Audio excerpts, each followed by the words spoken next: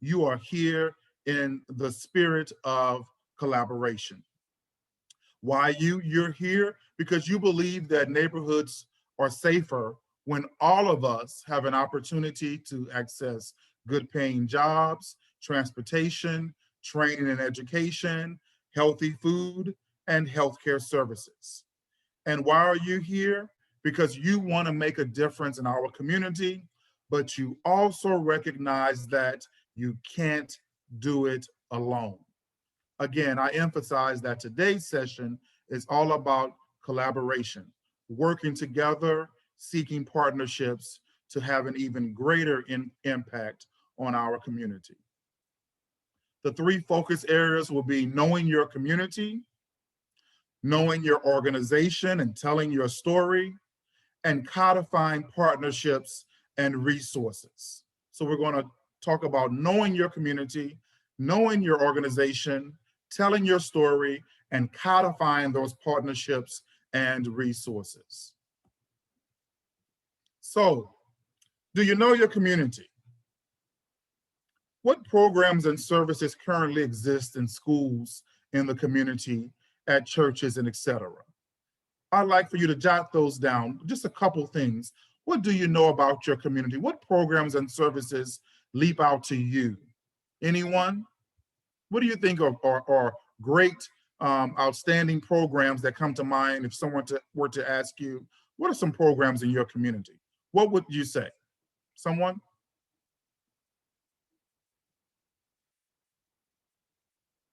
I'm not going to talk the entire time. So unmute. Do I have to unmute Jonathan?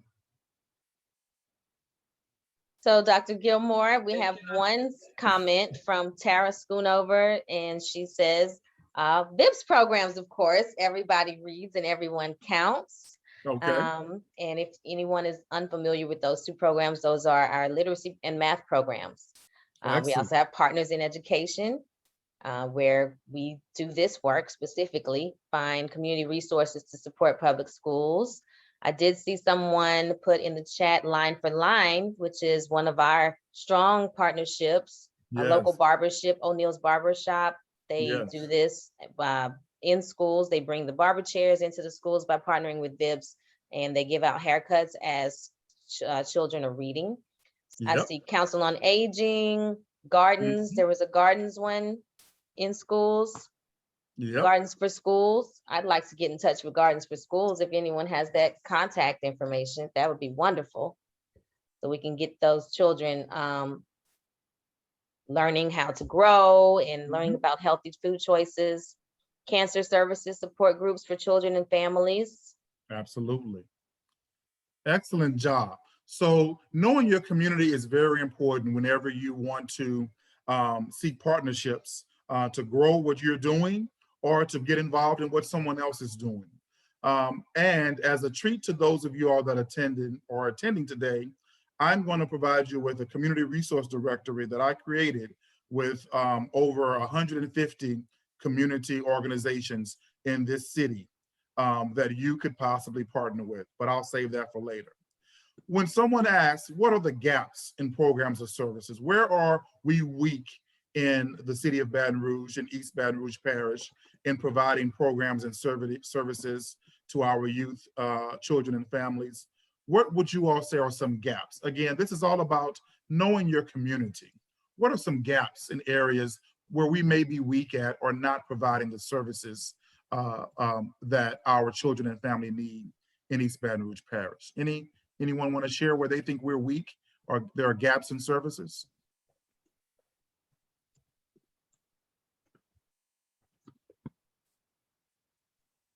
And Kaya, I can't read the chat box. So, okay, we have mental health is a gap in service. Thank you, James Carter. Yeah, we still have lots of opportunity for that in our city. And that's for both children and adults. Parent engagement. Thank you, Amber. My mom asked me the other day, does PTA still exist? I told her I wasn't sure. Does PTA still exist? Some schools. Some schools, okay. So we definitely have an opportunity there for parent engagement. What else was there, Kaya? So that's the only two so far, mental Okay, health, parent engaging. parent Anyone engagement. else? Another question, okay. And another Teachers? question you might ask in knowing your community is, who are the people and organizations currently working? It's good to identify people and organizations so that you'll know what's out there. It's good to do a review of the landscape to find out what's really going on in your community, who's doing what, and how well things are going. Where there are opportunities to partner to make current programs and services even better.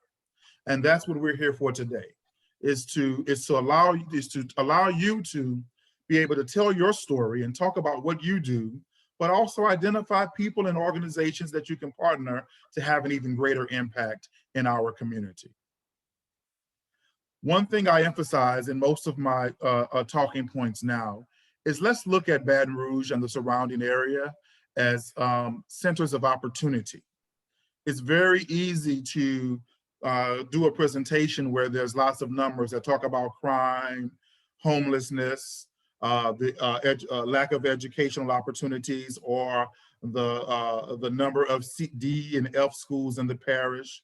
But I ask folks to look at it through a different lens, to look at Baton Rouge as opportunity, and all those things that we see as negative. Let's speak and let's communicate and view them through the lens of opportunity. These are things that are opportunities in our community, in our parish, that we can help and do better. So one thing that I encourage all of you all to do in some shape, fashion, or form is to conduct a community needs assessment. This is something that my company has done for city departments, as well as other cities and states across the country, but organizations can also do this. And a community needs assessment allows you to really collect the data and information that you need to articulate to possible funders, to elected officials, to other community-based organizations and potential partners. Conducting a community needs assessment allows you to be able to talk about what the needs are and be exact on what those needs are. And when I say exact, I mean, a lot of us know that there's a lot that we have as it relates to issues and concerns in our community. And some of them may be perception-based, and some of them may be truly fact. But conducting a community needs assessment allows you to look at the data and to identify what's really the assets of the community, as well as those things that are detriments to the community. And organizations can do this on their own. They can outsource it. And it's basically collecting data on the status or state of children and families in your community. It can vary, and I'm going to show you steps to conducting a community needs assessment. You can use various data sources. One data source that I love is the United Way's ALICE. That is an excellent data source to get a snapshot of the status of your community and what the needs are, as well as the US Census, Kids Count, our state departments, from DCFS to the Department of Economic Development, to the Department of Health and Hospitals. They are big data sources for you as a community-based organization to collect information when needed, to tell your story, to tell the needs of the community, and to ask for help, to ask for resources and funding. Your EBR school system, they produce lots of data as it relates to student performance and outcomes. It even is broken down by schools, and you probably already know this. So I encourage you all as organizations to definitely tap into or seek the opportunity of conducting a needs assessment or utilizing data in order to tell your story and the needs of your community. Any questions about that, Kaya, that's been posted? Or comments about community need? Okay, great. So how to do a needs assessment? Again, you can hire me to help out, or this is something that you may have the internal resources to do. Assemble a diverse team. Define what you're trying to assess. Is it a specific neighborhood? Is it the city? Is it the parish? Is it a region? Is it one school? Define those sectors that you would like to assess. So that may be healthcare. You might want to focus on education.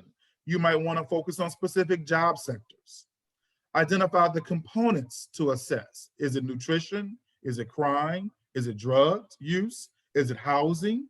Is it economic development? Develop a questionnaire to ask related to those components. Some community needs assessments are conducted face-to-face, where individuals complete the surveys at your school. Individuals you may serve in your organization as clients may complete these questionnaires. Or nowadays, I have to do a lot of things online. And so conducting a survey or an assessment online, sending out a link is a great way to collect data and information about what your community or your clients may need. Look at the data, analyze the data, and develop an action plan based on priorities around needs and opportunities to those that you serve. So this is a quick snapshot of how a community needs assessment works. Again, as an organization, you should know your community. And here's a great way of knowing your community at conducting a needs assessment to find out what's out there, what are assets, and what are some of the issues and concerns of the people you serve and the people you may not serve that are potential clients to your organization. And again, Kaya, feel free to interrupt anytime if there are any questions. So know your organization is also very important. What do you have to offer your community? What do you have to offer partners? What I'd like for you all to do now is in the chat, post your organization and post some things that you think you have to offer the Baton Rouge community and the community at large. What are some of your strengths? What are some things that you do well in your organization that you would have to offer in a partnership with someone else or to the community? I'd like to hear some of your things about your organization that you have to offer, great things. Anyone is free to give us some insight into your organization. We have a response from James Carter. Thank you, James. Employ BR, employment services. What types of things does Employ BR offer, James? I know it's many things, but for those of us who aren't familiar, maybe 3 key things that Employ BR offers. And I love Employ BR.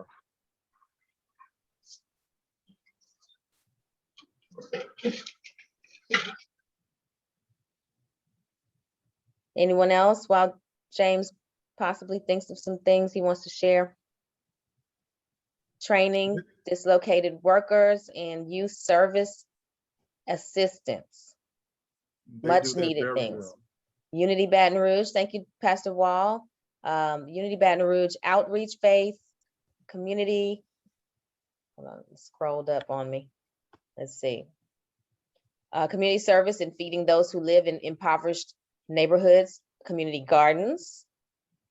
Amber, Alexis contributed Baton Rouge Association for Gifted and Talented Students, extending learning opportunities beyond the classroom, after school, summer, etc. Thank you, Jonathan. Jonathan says that VIPS has built relationships with many schools that allow us to provide services directly to students. We focus on building foundational educational skills for struggling students.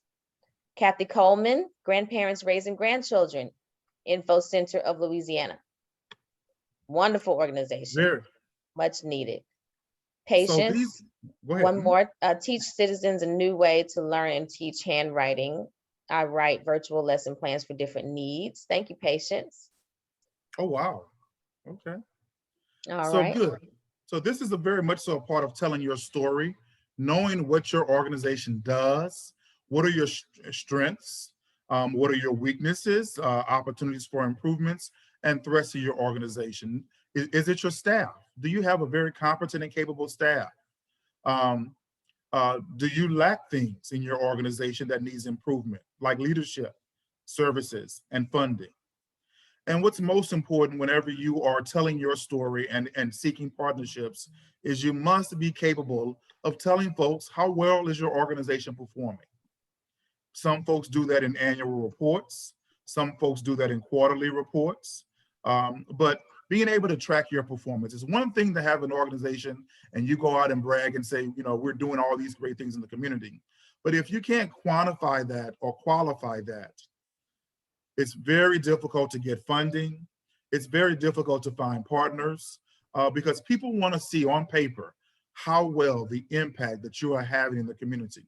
And so what I encourage in telling your story and seeking partnerships, if you currently don't have a system where you can track your performance and be able to tell people how well you're doing, let's find a way to do that. Working with VIPS or myself, there is a friend of mine that is very well known. And I'm going to tell this story without using his name because I'm not sure if he want me to tell the story. But he is very well known, and his organization recently received over $1 million to build a STEM center.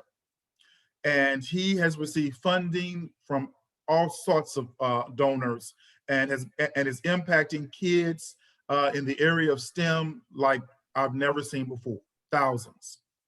But I remember, I would say 8, 9 years ago, when he was kicking off this organization, and I told him, and he came to me frustrated because he said he couldn't get any funding because people wanted data. They wanted to know outcomes. They wanted to know how well were the kids doing or how many did I have? And James, that's crazy. Okay, that's crazy. Why do I have to keep that? And he's a PhD in engineering. But he didn't understand the value then. But as he implemented programs and began to track data and track the number of attendees and be able to tell his story about how well he was doing and the impact he was having, not only in New Orleans, but now across the state and the nation, partners and funders are coming from everywhere because he knows how to tell his story and he has the data to prove it. So be sure that you don't shy away from tracking your performance and being able to communicate the impact that you have on communities. And here are ways very easily that you can tell your story. You must always be able to communicate your mission, vision, and purpose. That's your elevator speech. And when you're speaking with funders or potential partners, that's your introduction, your mission, your vision, and your purpose. What programs and services does your organization offer the community? Who have been some of your other partners? People listen for that. Who are other partners that you've worked with? And how well are you able to communicate that partnership and how effective that partnership was? You can utilize Facebook, the news media, YouTube, newsletters. Newsletters never go out of style. It's a great way to communicate. Find a way to tell your story, to tell who you are, to tell your performance and the impact you've had on the community through any of these channels or all of them. Because again, the more you tell your story, the more you gain buy-in and the more you can build coalitions. And buy-in is extremely important when you're talking about seeking partnerships and funding and gaining and securing resources.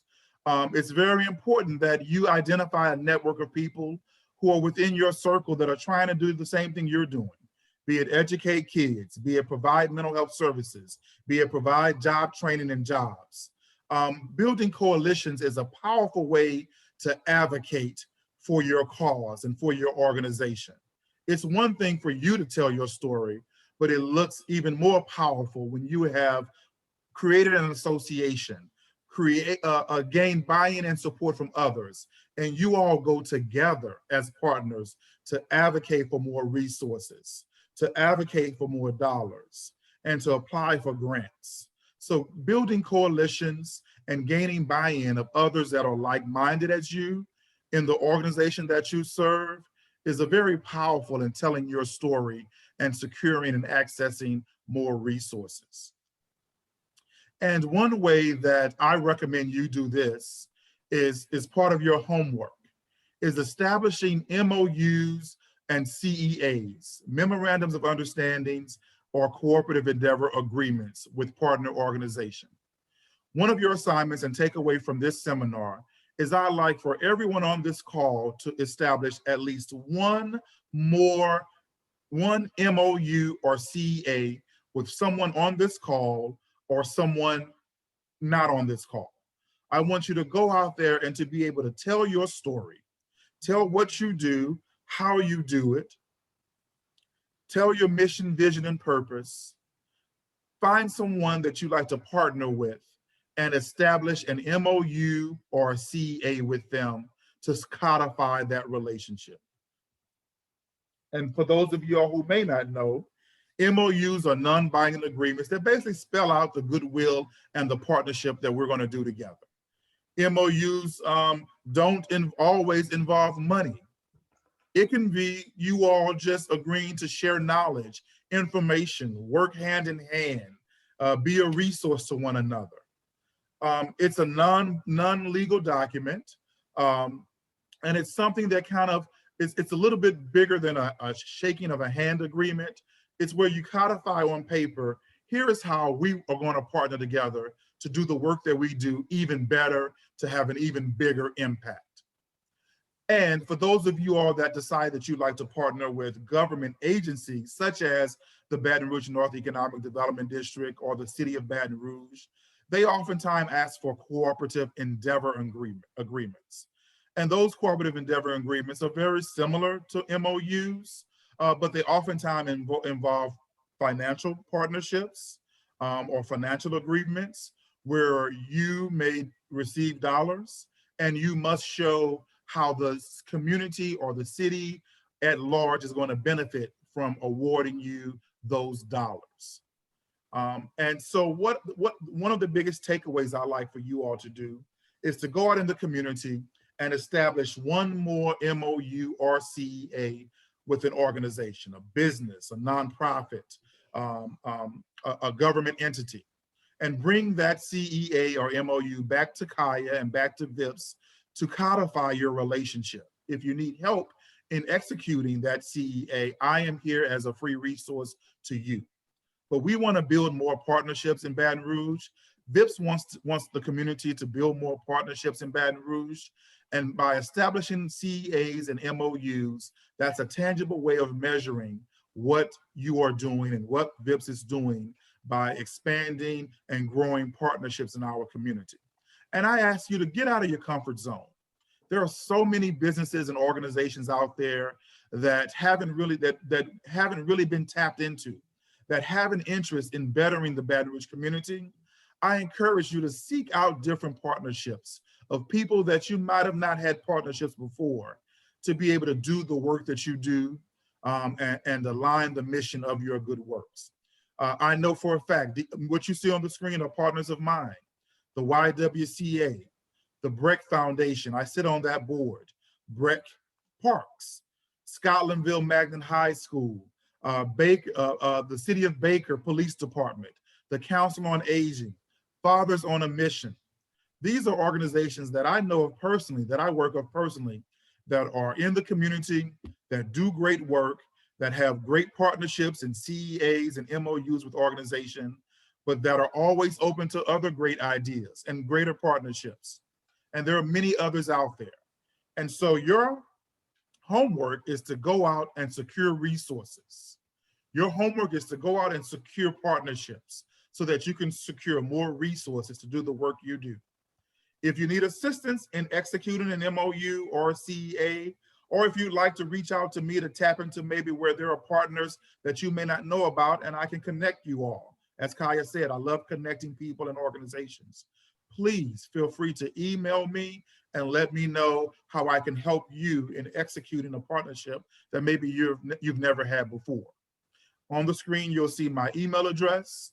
Also, email me and I'll provide you all with a free community resource directory that has lists of hundreds of names and contacts and emails of organizations in our city and parish that maybe you can reach out to build partnerships. as well as I'll send you all free examples of MOUs and CEAs.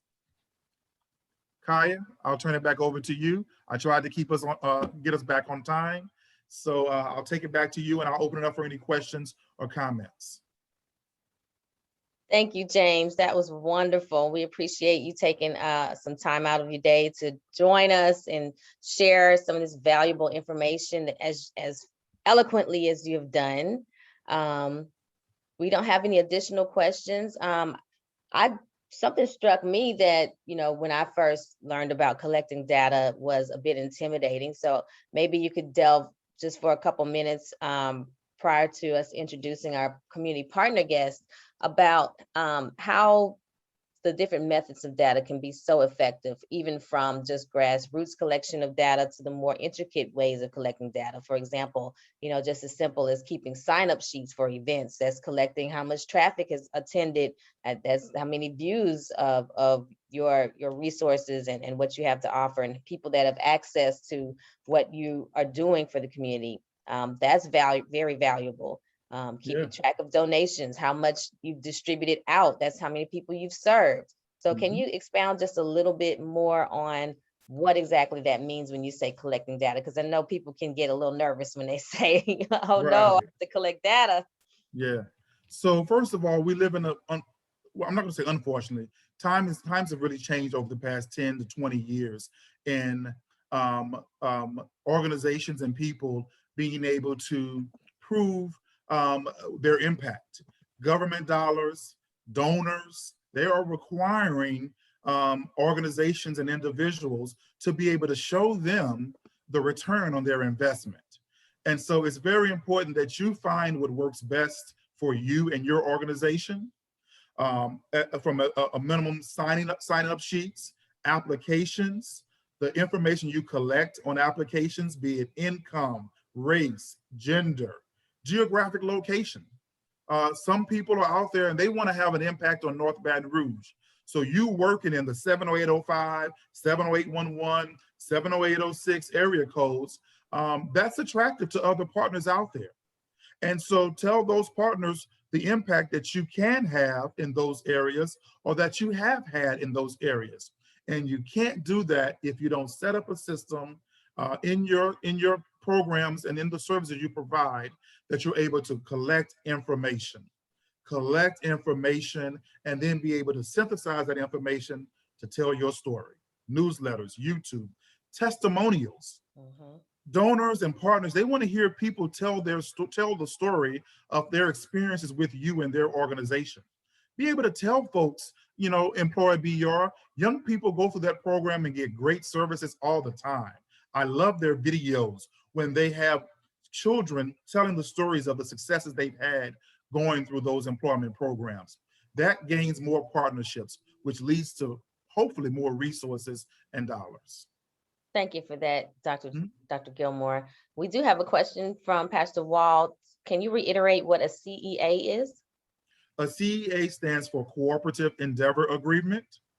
For those of you all that might have heard of MOUs, which I talked about, CEAs are really government focused.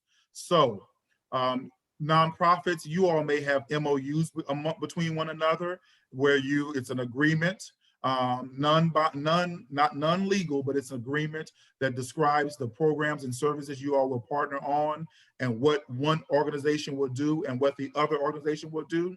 A CEA is something you'll receive from most government organizations, the state of Louisiana, the city of Baton Rouge. They will ask you for a cooperative endeavor agreement, or they will send you a cooperative endeavor agreement. And the biggest difference in that is there is a transfer of government funds. And so the law requires that the state and the city do cooperative endeavor agreements because you are now being entrusted with government dollars. And so if we're going to give you these dollars to run an after-school program or to tutor kids, then you must provide these 2, 3, 5, 20, 30 things in return for this money. Sign-in sheets, income verification of the applicants, and those various things are included in a cooperative endeavor agreement that usually comes from government organizations. Wonderful, wonderful. Thank you for that clarification. If there are no more questions, we just want to show appreciation to Dr. Gilmore. He has extended his services to you all. I would advise take advantage of it. This does not come free often. Yes, and it's because of the great work that VIPS does, and because of my long history with Judy and with Kaya. If anyone needs help putting together an MOU or a CEA, if you're on this call, it's at no charge to me. It's at no charge to you. I'll be glad to help you do that. And we want to get those CEAs and MOUs together so that by the school year, or at least this summer, Kaya as well as Judy, they have documented new partnerships, again, showing a record, exciting partnerships that are happening in the community. So please email me if you need help. Fantastic. Thank you, Dr. Gilmore. We appreciate you. Moving right along, as we spoke about in the beginning of our workshop, the intention is for, this to be a collaborative effort. We want it understood that not only is there a need of the community that is seeking partnerships, but we want to hear from an actual partner. What types of things do they look for when they're considering a partnership? What do they expect, or what are they needing to maintain a partnership for consistency and long-term relationships? What sort of things pique their interest when they're considering a partnership? Our partner is with CareSouth Medical and Dental. We are pleased to introduce the lovely Michelle McCallup. A couple of people are coming in. Let me admit some people. Give me 1 second. Michelle is an author, entrepreneur, and journalist. She wears many hats. She has worked in the media industry for over 20 years as a TV anchor, reporter, editor, public relations executive, web producer, and president of her own communications consulting firm called On Assignment Media. Michelle has worked in many markets across the country and is a resident of her hometown here in local Baton Rouge. Her work has been featured in Jet Magazine, People, Time, Oprah Magazine, and the Houston Chronicle, just to name a few. She previously served as a communications director for former Baton Rouge Mayor Kip Holden and current Mayor Sharon Weston Broome. She is currently the president of On Assignment Media, which offers communication services, including writing, editing, and event planning, as well as business workshops on goal setting, media training, and effective presentations. She is also the author of 2 motivational books, Good Job, a guide to pursuing your strategies and following your dreams. And the second book is And That Good Job, Strategies for Pursuing Your Passions and Following Your Dreams. She shares lessons she's learned along the way to help inspire others to follow their dreams and not to just settle for a job that pays the bills. We all want that. I'm gonna have to get a copy of that, Michelle. Her work has also been recognized by the National Association of Black Journalists and the Press Club of Southeast Texas and Cush Magazine. She was also honored as Southern University Mass Comm Alumni of the Year and inducted into the Southern University Beta Gamma Sigma Business Honor Society. Thank you, Michelle. We're looking forward to hearing your perspective as a partner that can lend to some things that we all should consider when looking to accrue some solid partnerships. Well, thank you for that great introduction. I'm excited to talk with you this afternoon over a few short minutes, and also excited about the partnership that CareSouth has with VIPS. VIPS does great work in the community, and we're excited to partner with a great organization that can help us reach the audience that we're trying to reach, and we can help support VIP in the work that they do and VIPS, and they can do more of it. So just wanted to give you a little bit of information about CareSouth Medical and Dental, and then we'll get to the value of partnerships, which I absolutely love. CareSouth is a federally qualified health center. We provide medical, dental, and behavioral health services to those who are most at risk, most vulnerable, and underserved. And by that, I mean people who really can't afford health insurance or health care services. It was community health centers were built in the 50s to give access to those who were underserved, who couldn't get to hospitals, or had no money to go to hospitals. And we still stay true to that mission today. Most of our patients are Medicaid and Medicare patients, and you also can come to CareSouth if you don't have an ability to pay. No one is turned away. And so we pride ourselves on doing that, as well as expanding our services to those who can pay, who have insurance, because we have highly qualified staff, great facilities. And so we really want to get the word out that while we stay true to our mission, we're also expanding and want people to take a look at CareSouth as their primary care provider. We have offices in Plaquemine, Donaldsonville, Zachary, and here in Baton Rouge. We recently opened a new pediatrics and WIC clinic, and we've been on the front lines of the pandemic, providing COVID testing and now providing vaccines at our Baton Rouge facilities and our Donaldsonville facilities as well. Can you move the slides for me, please? So now we'll get to the valuing of partnerships. Like I said, I love partnerships. They make work really more fun and projects more fun because you're working with other people, and it's a great way to leverage your resources. For instance, some organizations don't have the financial backing that they need to get things that they need to get done. You know, a company like CareSouth can come in and make a financial donation and make it easier for that organization to do the things that they want to do. You know, you don't have to be all things to all people when you have a partner. You can just work on one piece of the pie to help the train, to keep the train moving. Whatever that leverage is, maybe it's financial, it could be skill sets, it could be manpower, staff, volunteers. So partnerships are a great way to leverage your resources. It's also a great way to increase your impact in the community. Being a partner with VIPS gives us even more reach to schools, to students, to families, which are the people that we want to reach, and we want them to know about our programs and our services. So without that partnership, we may not be able to reach as many people. So it does increase your impact in the community. And partnerships are a great way to support organizations that are already doing the work in the community and doing a great job of it. And so we pride ourselves not just in partnering to get something, but to partner to really support organizations who, again, may be short on resources, short on money, short on manpower or skill sets, and we can help them help the community in even greater and more significant way. Next slide, please. So when you're choosing partnerships, there are a few things that you want to look for. You want to align yourself with organizations that have the same goals and values as you do. You know, again, VIPS is a perfect combination of partnership for us because we're all about families. In fact, our slogan is family help serving families. And we're all about making families whole with healthcare and other areas. You want to make sure you have the same goals in mind so that you don't have any conflicts of interest or issues down the line. And you want to do your research. I think James mentioned this as well.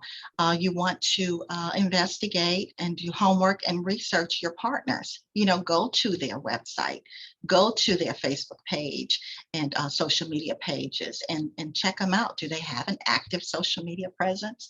I typically don't do business with organizations that don't have an active social media presence or an active website, because those are the kinds of things that give you a great idea that people are viable, that they're active in the community, you know, that they're doing things. So one of the things I used to always tell my clients is that you should have an active social media presence and an active website, because that tells people that you're busy and you're doing things. So research your partners, ask a lot of questions so that you know who you're dealing with. It's like any other business partnership. You want to make sure that the person that you're dealing with or the organization that you're dealing with is reputable and has a good standing in the community for sure.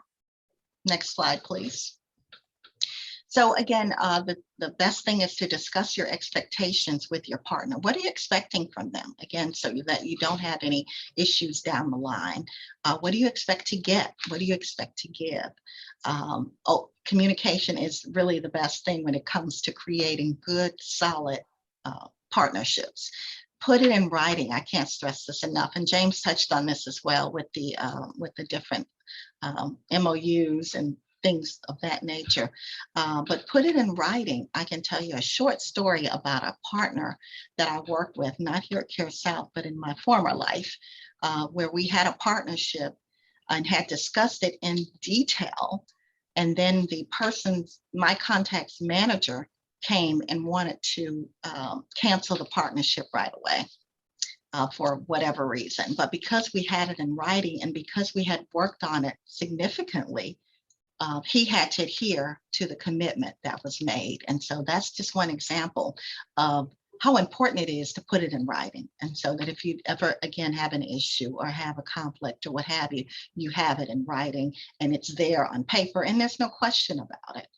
And again, you want to have a good contact and a good line of communication. Make sure that you're talking to the right person in the organization.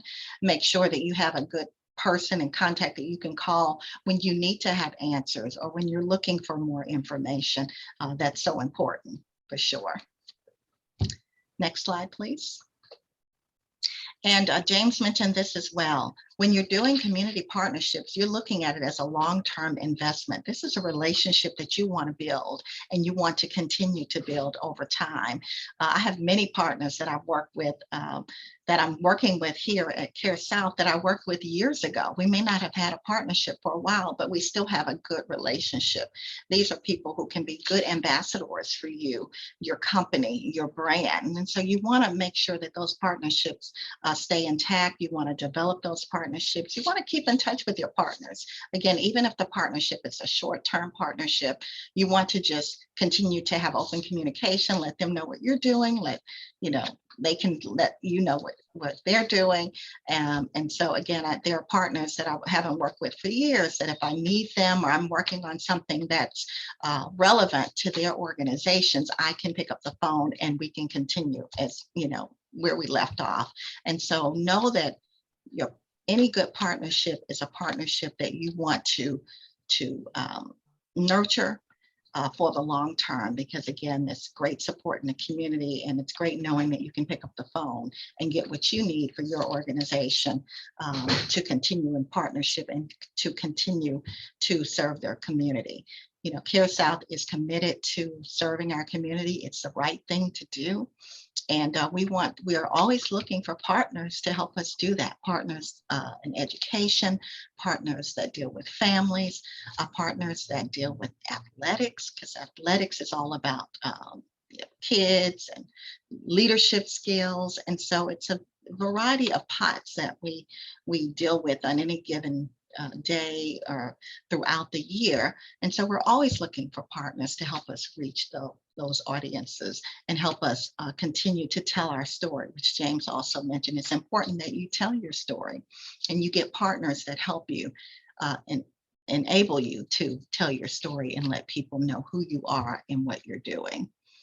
And again, for support for future projects and partnerships, again, you should be able to pick up the phone at any time with your partners and work with them on new projects and things, because things change. It's a small world. It's like James and I are always working on the same project or similar projects, but people change. Organizations have different needs, and so keep that good database of people that you work with in partnership so that you can call on them if you need them in the future.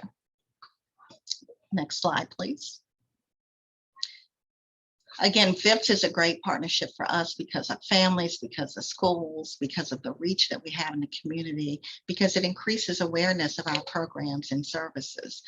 This is a long-term relationship that we're looking forward to nurturing in the future and looking at even more ways that we can utilize the partnership.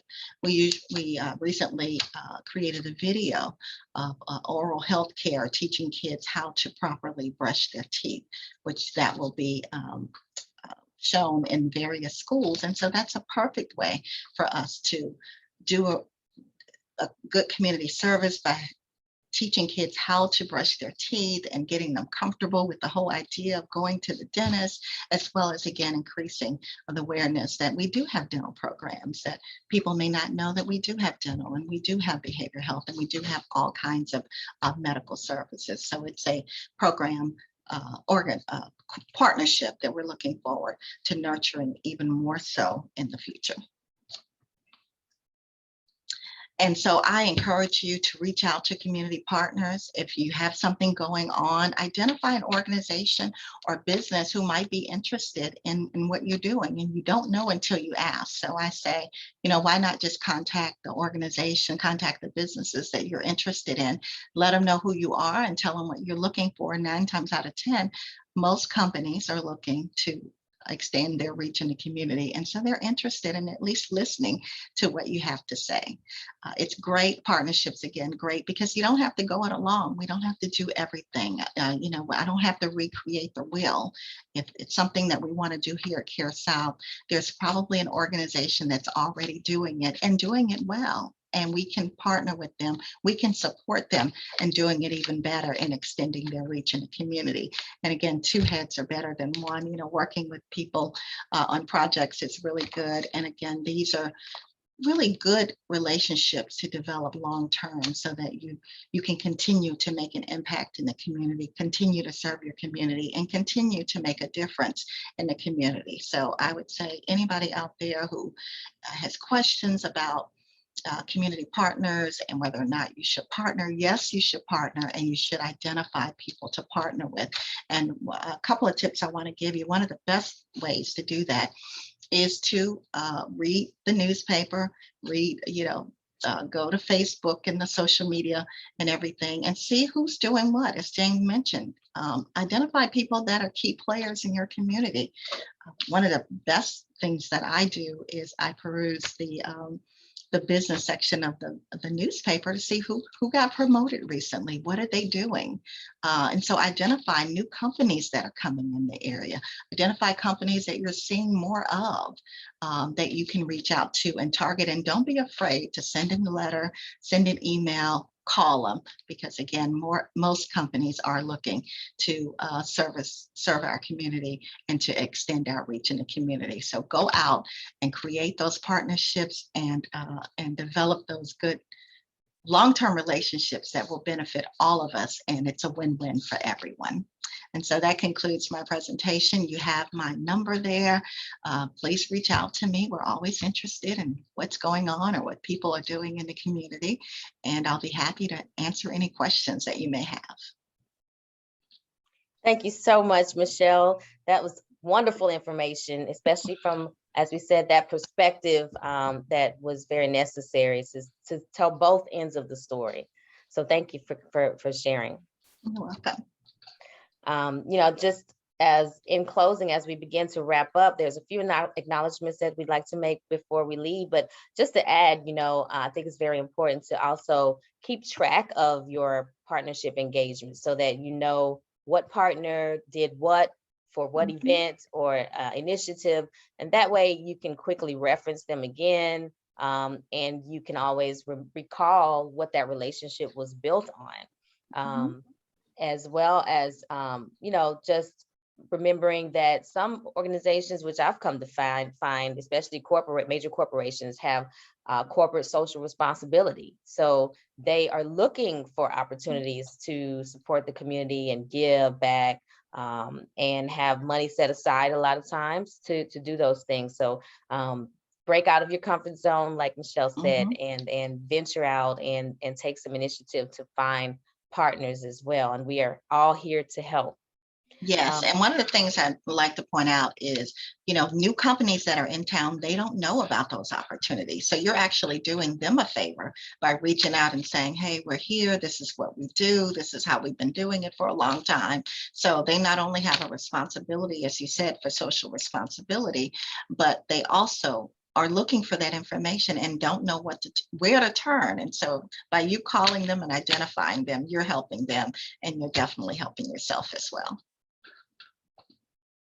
Thank you so much, Michelle. I'd like to acknowledge a couple of VIPS board members that have joined us. We have Donnie Miller and Donna Dooley is on the call. Thank you all for supporting VIPS. And hopefully I haven't missed anyone Donnie else. is on the board. And we also Donnie's have, on the board. excuse me, Donnie's on the board. who's saying Yes, that? yes, he's on our board, Donnie Miller from the chamber. Yes. I couldn't tell where that voice was coming from. I sent Donnie the flyer and I said, hey, share this with your business network. And he said, okay. He never told me he was on the board. Well, we'll get on. We'll talk to him offline. And Donna, yeah, we acknowledge Donna Dooley. She's on the board as well. And we also have our board president, Dr. Robin Merrick. If you would like to say a few words, Dr. Merrick, I'm not putting you on the spot, but we definitely want to acknowledge you as VIPS board president and give you the floor if there's anything that you'd like to add to this workshop. It's great to be here with everyone this afternoon. I'm sorry I popped out for a second and had to pop back in. So thank you, Dr. Gilmore, for all of your wise words. We are in the process of living some of the things that you shared with the group earlier today. And certainly thank you to CareSouth and Michelle McCallup for sharing as well. We are very appreciative here at Volunteers in Public Schools for all of the support that we receive from our community partners, and certainly all of you who are joining us today for this workshop. And definitely want to thank our board members for being here, Donna and Donnie, both joining today. We have a lot of work to do in our community, and we are very grateful also to our staff, led by Judy Bethley. We have an awesome staff, small staff, but a mighty staff. I'll say that over and over. So thank you, Judy, Tara, Kai, and Jonathan for all the work that you are doing to advance public education here in our school district. So again, thank you, everyone. And we will see you again for our next event, which will be coming up very soon. We have a number of things coming up over the next few weeks. Thanks, Kai. Thank you, Dr. Merrick. So in closing, if there's no one else that has any questions or comments, I would like to extend the invitation to you all to partner with VIPS. We do have some contact information that we can show you. Meanwhile, while we wait for that to come up, we also have some opportunities to, Dr. Gilmore wants everyone to do your homework and establish an MOU.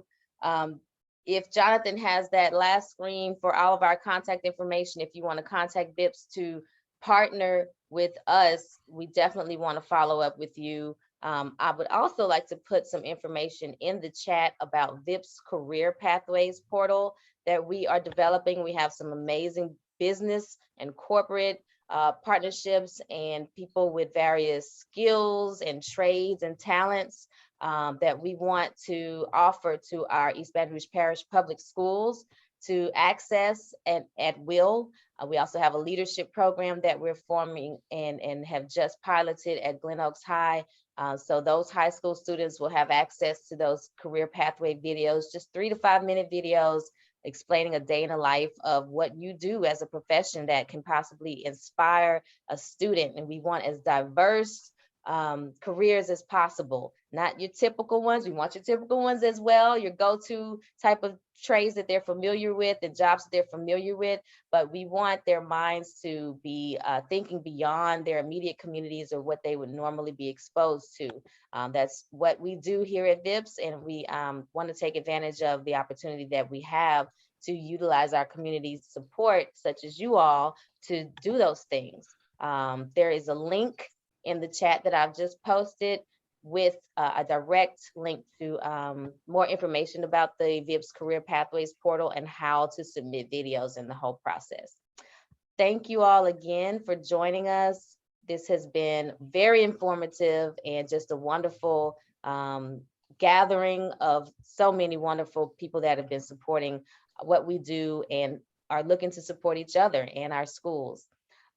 Feel free to contact us again, and thank you all. Thank you.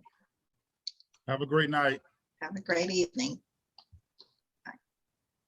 Thank you, everyone. Thank you.